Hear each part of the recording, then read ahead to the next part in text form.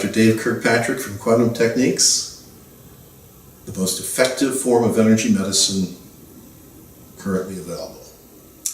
And I want to talk today a little bit about how I use interesting new approaches I find in books. In particular, I want to focus on viruses. One of the core practices in quantum techniques is detecting viruses. We can identify if it's a herpes virus, we can identify which strain.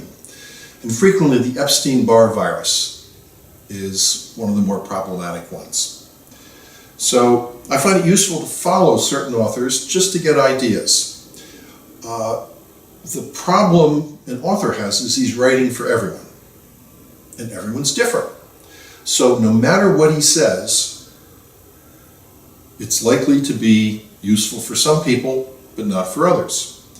So in quantum, the great strength of quantum techniques is that we can test whether or not a particular approach or idea is useful for a given individual. And with that in mind, I want to talk about a book that's about 6 months old by Anthony William, the medical medium. It's called Thyroid Healing. And he's for a long time focused on the Epstein-Barr virus and thinks that it is the cause of many disorders that are diagnosed as being something quite different. He talks about how the Epstein-Barr virus develops in stages. Most college students are exposed to it because of the close quarters in which they live. It enters the bloodstream. Eventually it develops symptoms like mono, fatigue. It then moves to the liver and can cause a clogged liver, which slows down all sorts of processes. From there it goes to the thyroid, which was the focus of his book. And from the thyroid, it seeks a final resting place in the nervous system, frequently in the spine, but in many places in the nervous system. And the point he is trying to make is he thinks 70% of the population suffer from some form of thyroid disorder, and that for most, he would say a much higher percentage than would be my experience, but for most, this is not an autoimmune disease, this is an Epstein-Barr infection in the thyroid.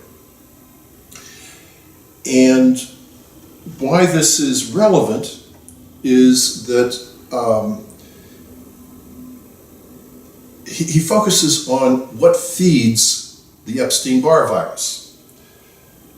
And so he tries to starve the Epstein-Barr virus. He says the things that really make the Epstein-Barr virus flourish are things like heavy metals and pesticides, excess adrenaline. So one of the triggers for an Epstein-Barr breakout is stress, which generates excess adrenaline. Then he says eggs, dairy, especially cheese, and pork are things on which the Epstein-Barr virus thrives. So in quantum techniques, we frequently look for food sensitivities. We will see whether or not, just in terms of digestion, whether or not a particular food it causes allergic reaction, whether it causes an intolerance, whether it affects a particular symptom. There are many different levels in which we can test food for an individual. But what he's suggesting is if in fact you have Epstein-Barr and that's a major factor in your overall conditions, you have to do more than just know whether or not for the body as a whole, for your digestive system, a food is good. You want to cut down on those foods that stimulate and support and prevent the removal of the Epstein-Barr. So obviously, if heavy metals and pesticide are an issue, you want to do a detox. If excess adrenaline is an issue, you want to do whatever you can to reduce stress. And that could be with herbal approaches, or it could be meditation, or many different ways of reducing stress. In terms of your diet, it means you may want to cut back or even eliminate temporarily eggs, cheese, pork, and focus on other foods.